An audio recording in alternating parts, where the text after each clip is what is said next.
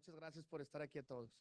Bueno, pues esta noche voy a platicarles de un tema que probablemente han escuchado, conocen, lo discutimos con nuestros pacientes en el consultorio, pero nunca está de más el dar un pequeño repaso de cómo tratar de entender de una manera práctica la microbiota, microbioma.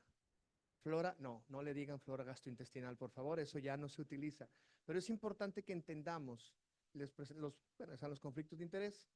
Primero, ¿qué es la microbiota? Porque si nosotros no logramos transmitir de manera sencilla al paciente, el paciente va a comprar cualquier mensaje de cualquier fuente, llámese comercial, farmacéutica, etcétera, que no todos los laboratorios son iguales. Ustedes saben perfectamente que hay quien sí cuida la calidad y otros que es un poco más optativa, ¿no? Entonces, nosotros tenemos esa responsabilidad de educar a nuestro enfermo y por eso quiero contestar esa pregunta en la primera parte de la plática. Seguido es cómo se compone y qué es el fenómeno de disbiosis que hablamos tanto y que a veces muchos de nosotros, y me incluyo, hemos utilizado de manera laxa o de manera poco precisa y eso no es lo que debería caracterizar nuestra educación hacia el paciente y hacia la comunidad médica. Finalmente voy a hablar de dos escenarios muy brevemente, no pretendo hacer una disertación ni del intestino irritable ni del sobrecrecimiento bacteriano del intestino delgado, pero con ellos ilustraré el fenómeno de disbiosis en la tercera parte de la plática. Y finalmente, para cerrar la conferencia, les daré algunos mensajes claves para llevar a casa. Y bueno, obviamente después, si hubiera preguntas, estaré encantado de poderlas resolver. Entonces, empecemos con la primera sección, que es la microbiota intestinal. Y bueno, la historia empieza hace algunos siglos, cuando en 1683 el doctor Leeuwenhoek describe por primera vez los animáculos. Este es el padre de la microbiología. Diseñó el primer microscopio con el que vio por primera vez, o se documentó por primera vez, estos microorganismos que denominó de esta forma. Pasaron algunos años, es para acá, y en 1861, este ya está un poquito más cerca de nuestras clases de historia de la medicina, Louis Pasteur describe la pasteurización a través de utilizar bacterias intestinales, ¿no? Sigue hasta 1908, vean los saltos de los puntos o los hitos en este desarrollo, donde el doctor Ilya Mechnikov describe por primera vez el concepto de probiótico. Vean el año, 1908. Es un científico ruso que dice, bueno, suplementar con ciertas bacterias podría tener beneficios para una determinada condición en algunos pacientes. Y el último hito, vean que pasan prácticamente 100 años, es el doctor Joshua Ledenberg, que describe que la microbiota no es solamente el conjunto de microorganismos, sino la interacción que sus genes de esos microbios tienen con nuestros propios genes.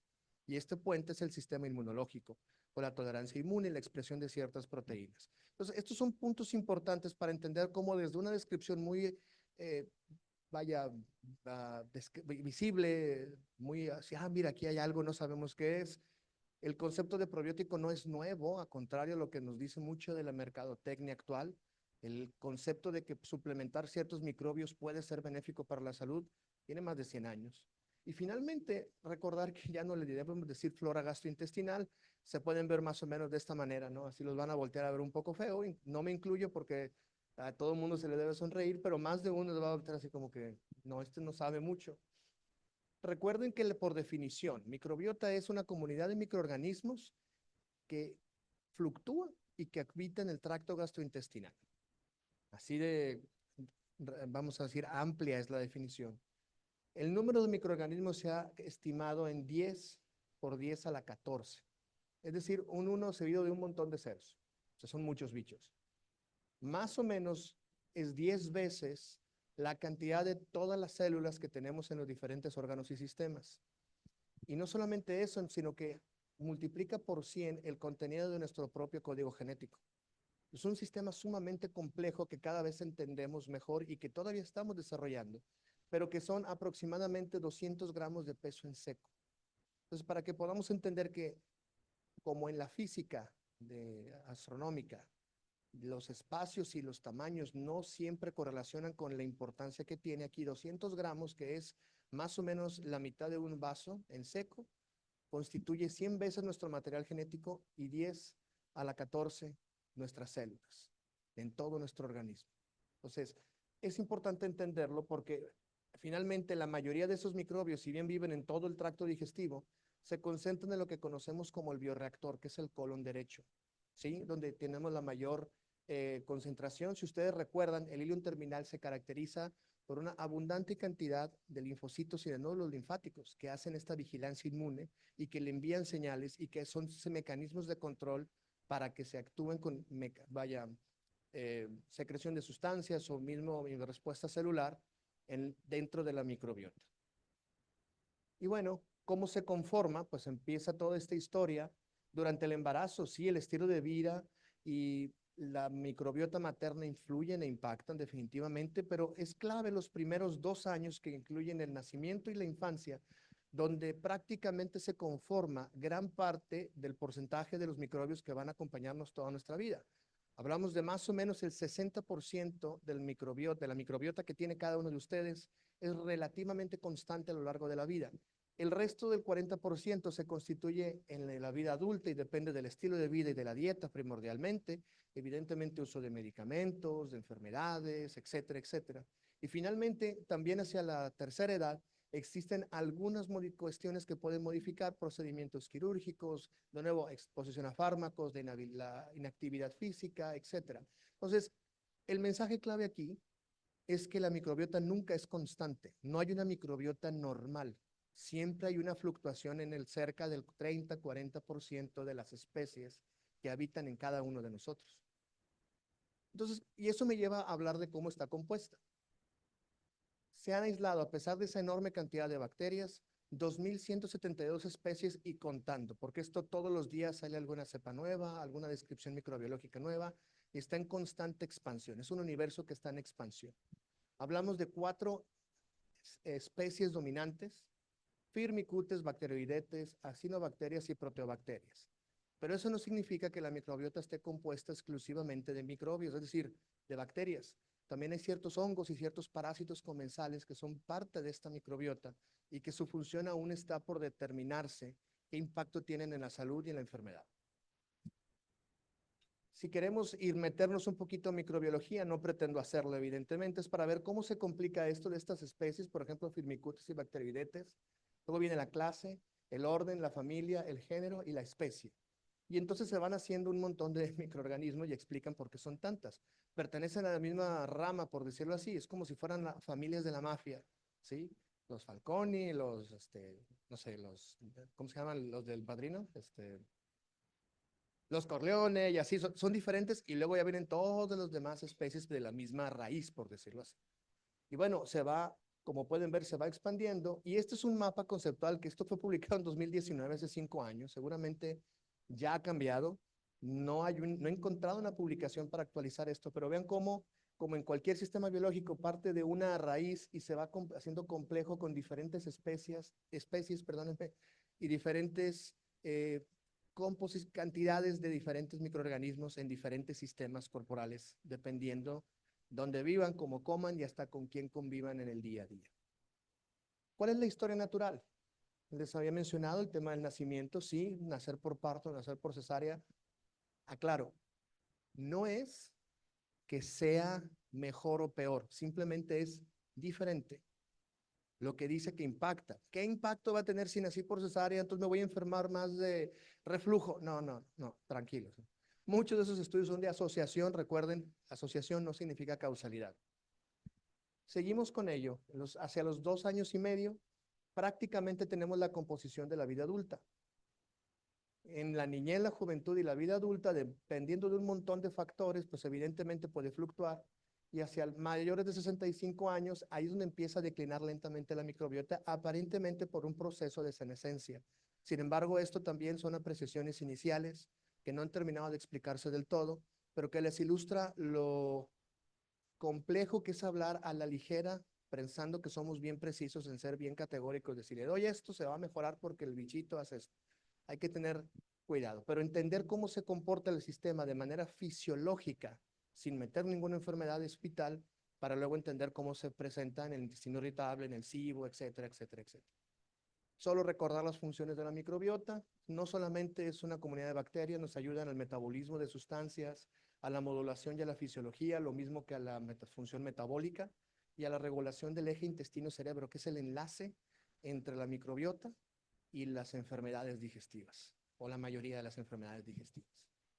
Y bueno, vean cómo microscópicamente desde el lumen intestinal hay una serie de canalículos y mecanismos que modulan incluso sistemas parácrinos, músculo liso, sistema nervioso, que puede inducir dolor, puede inducir contracción, puede inducir pérdida del movimiento cuando hay una reacción cruzada contra ciertos microorganismos, sobre todo cuando ha habido infecciones previamente. Es decir, desde lo microscópico hacia un poco menos microscópico, por decirlo de una manera, hacia finalmente lo sindromático y finalmente las enfermedades.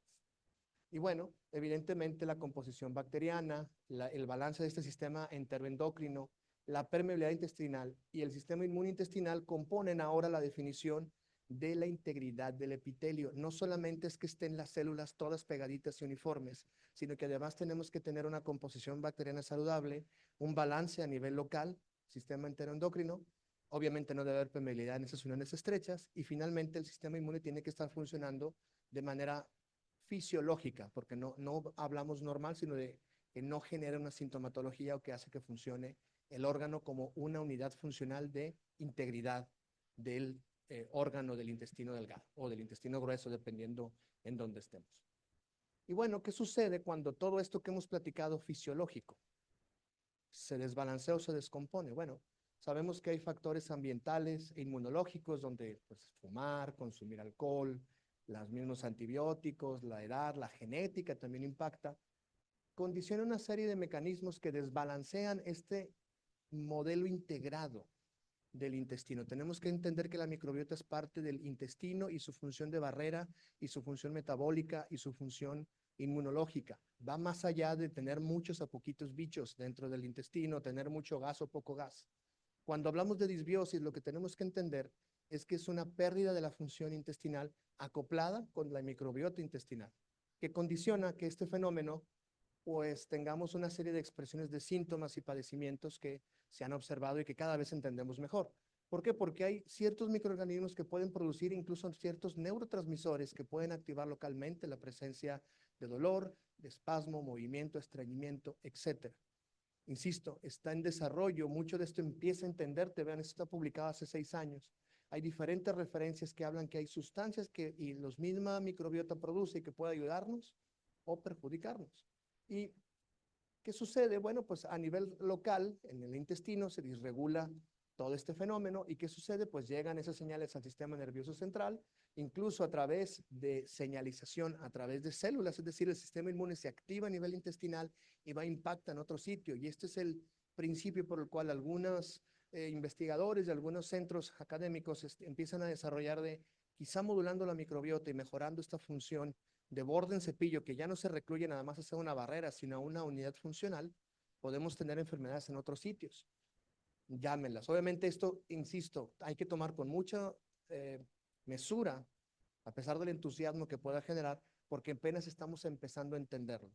Sin embargo, podemos hablar de algunas cuestiones en padecimientos digestivos. Y voy a empezar con el intestino irritable, que creo que lo han escuchado una y otra vez en múltiples conferencias. No voy a entrar mucho a hablar de las definiciones de Roma que ustedes conocen perfectamente, pero sí mencionar que probablemente es la entidad donde se ha demostrado que desbalancear la microbiota condiciona la aparición de nuevas enfermedades.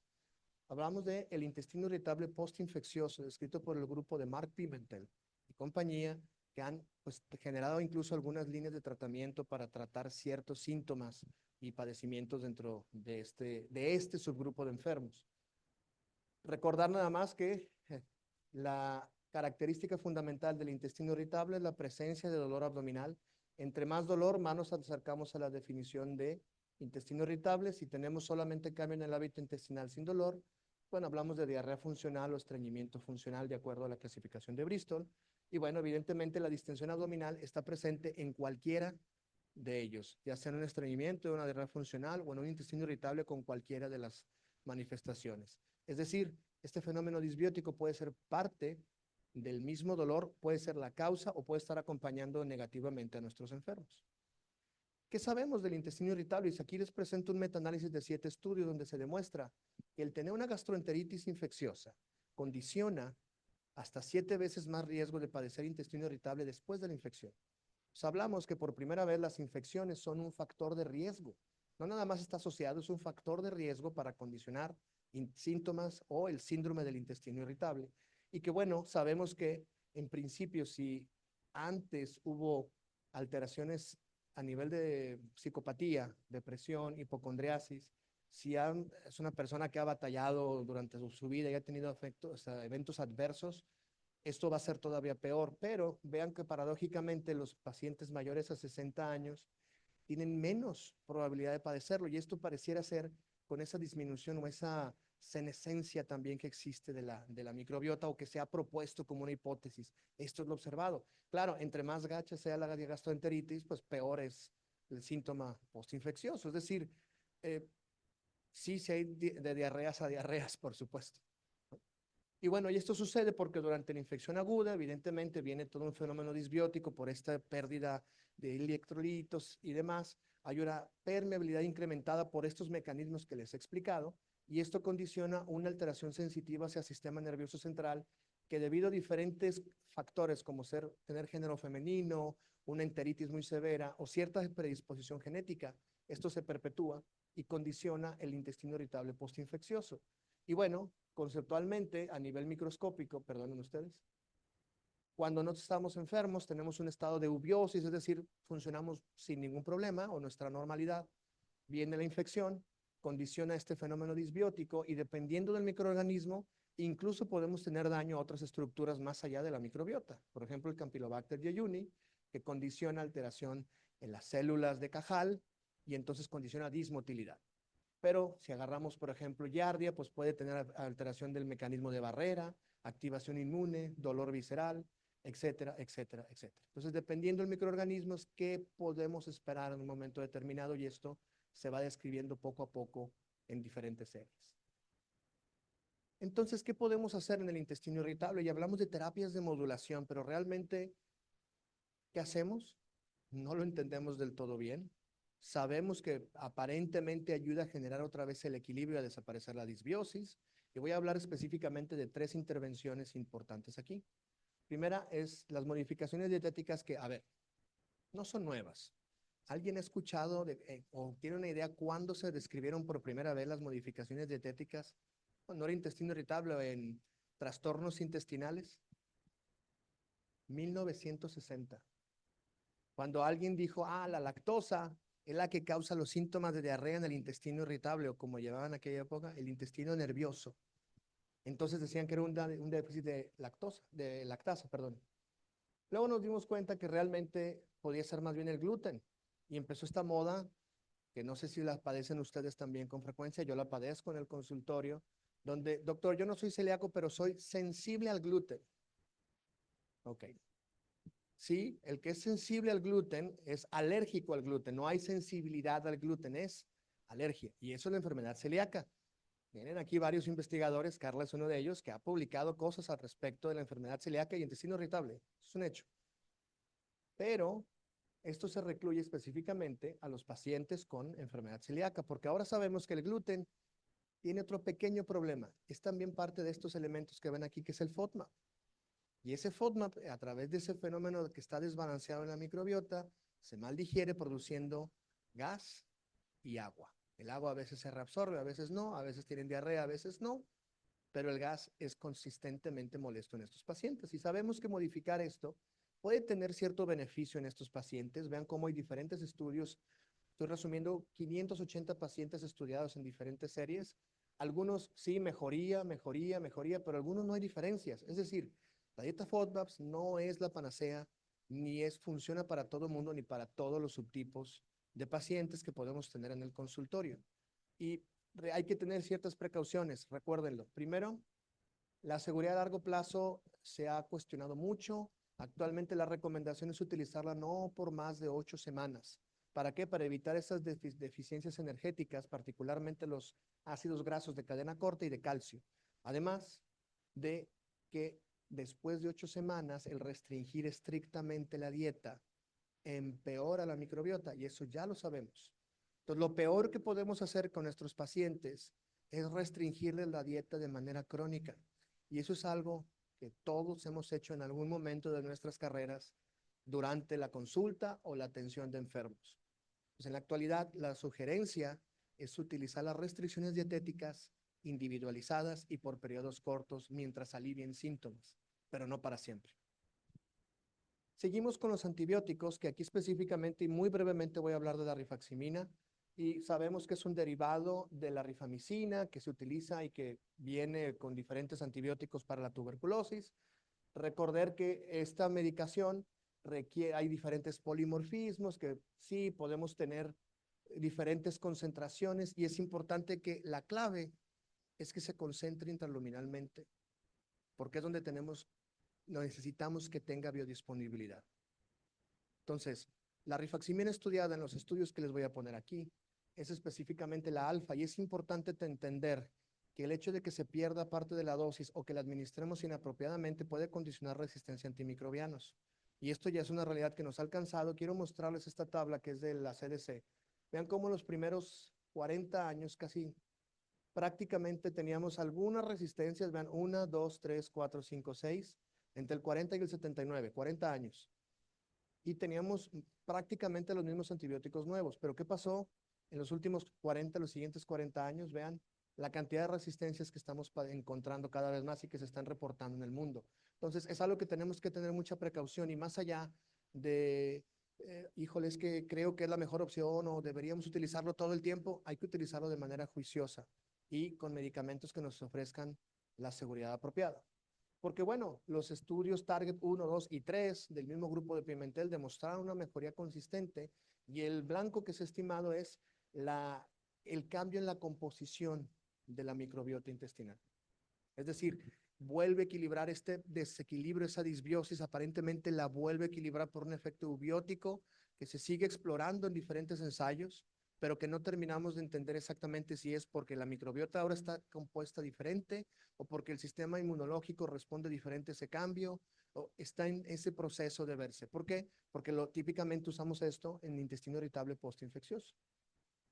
Probióticos, que es el tercer bloque de intervenciones que se pueden hacer dirigidas hacia la microbiota en este padecimiento.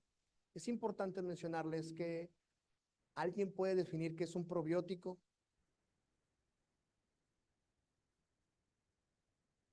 Vida, biótico, doctor.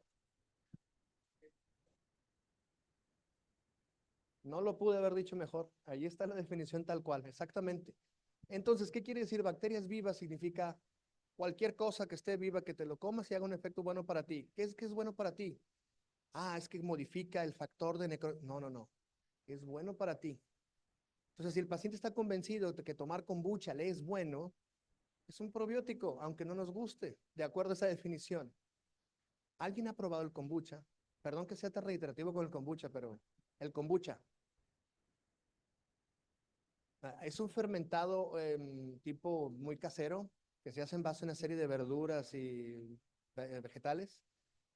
Bueno, para mí es asqueroso, doctor. Exactamente, estoy de acuerdo con ello. Perdón si a alguien le gusta, no quiero hacerlo sentir incómodo. Es cuestión de gusto. Yo prefiero comerme un jocoque con aceitunas y un poco pampita. Es exactamente lo mismo. Sigue siendo un probiótico. Tiene lactobacillus, ese jocoque, es exactamente lo mismo. Entonces, ¿a qué le vamos a llamar nosotros probiótico como médicos?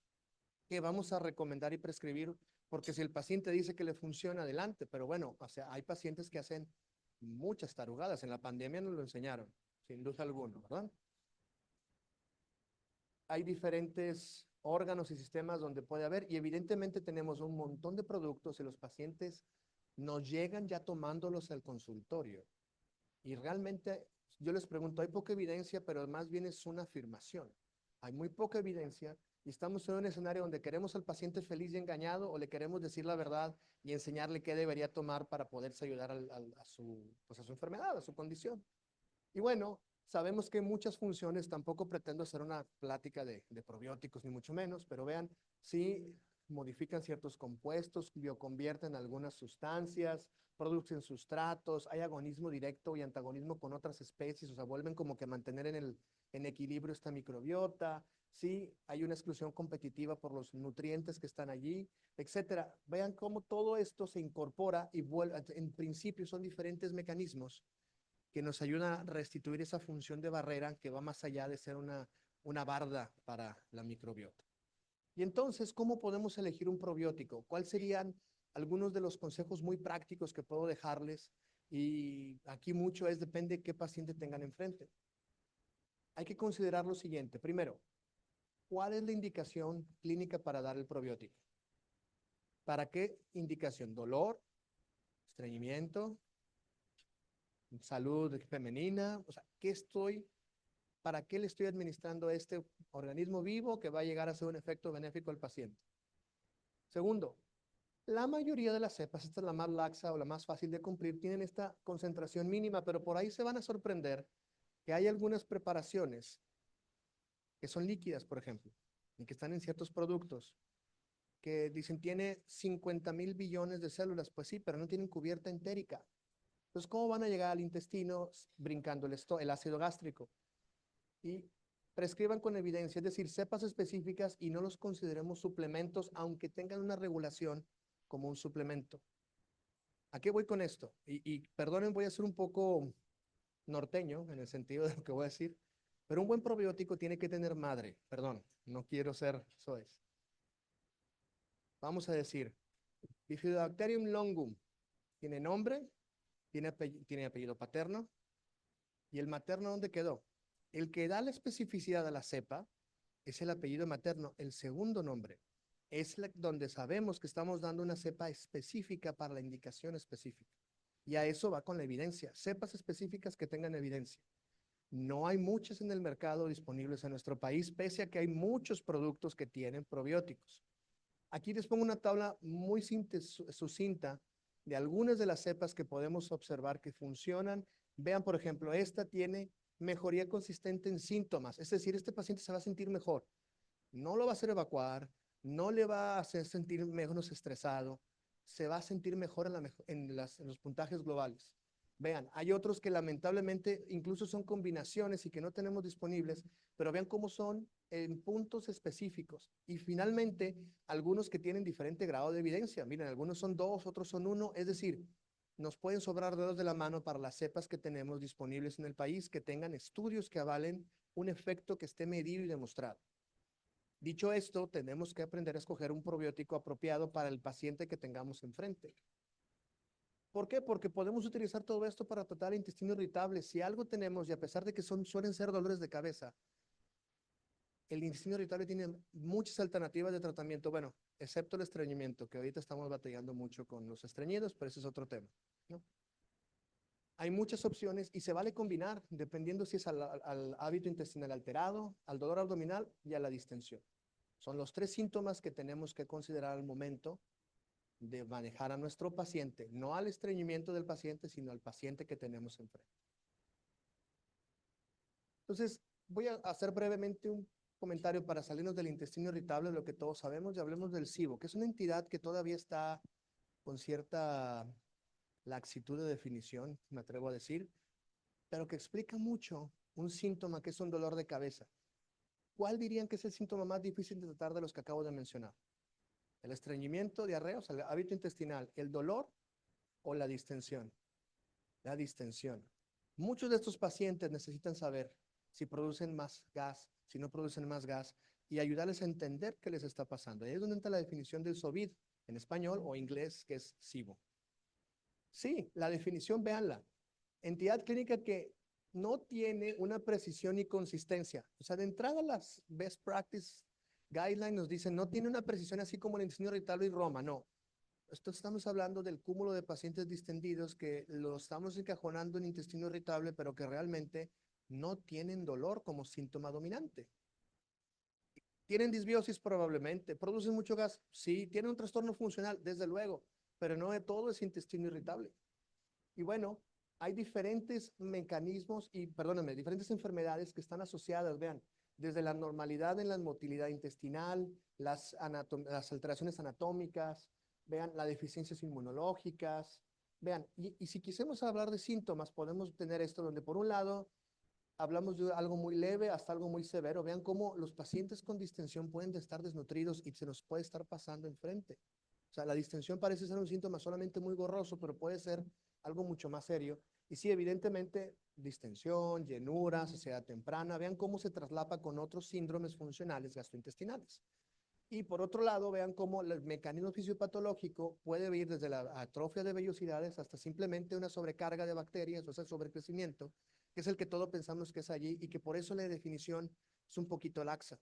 Pero utilicemos esto a favor de nuestros pacientes para tratar de explicarles qué está pasando y hasta hacer una estrategia de tratamiento. Porque este mismo fenómeno del intestino irritable sucede en esta condición. La diferencia es que no domina el dolor abdominal. Y bueno, hay pruebas diagnósticas, la más compleja es hacer un aspirado y cultivo del duodeno. También hay otras, perdónenme, ahí están las pruebas de aliento de hidrógeno y metano, que son una buena alternativa, sobre todo cuando están positivas, nos permite tratar y luego dar seguimiento al paciente con las diferentes pruebas. No siempre están disponibles o no es tan sencillo a veces conseguirlas, pero son muy útiles, sobre todo para quienes pues, vemos todo esto como los casos más refractarios, ¿no? Y, perdonen. Y bueno, los puntos clave de esta entidad, recuerden, identificar causas subyacentes es importante, corregir deficiencias nutricionales. El SIBO no nada más es que tenga gas, puede haber un factor atrás nutricional que no estamos diagnosticando y hay que buscarlo en esos pacientes. Y evidentemente podemos usar antibióticos. Vean, hay diferentes esquemas que se han probado. La verdad es que, de nuevo, muy juiciosamente, si logramos documentar el diagnóstico, sí tenemos que tener una precisión, pero siempre empezando con lo menos absorbible y menos amplio en espectro, y luego yendo a los casos más refractarios a otro tipo de antibióticos de toda esta lista que ven aquí. Y bueno, si quieren ver de manera pragmática, vean cómo si tienen una sospecha alta, ustedes pueden ir directamente a tratamiento, no precisan la prueba, y pueden hacer una prueba con tratamiento directamente. Pero si el paciente ya ha estado antes o tiene baja sospecha, hagan la prueba de aliento. Si sale positiva, pueden directamente al tratamiento en forma. Si sale negativa, pueden hacer una aspirado yoyenal. Allí sí.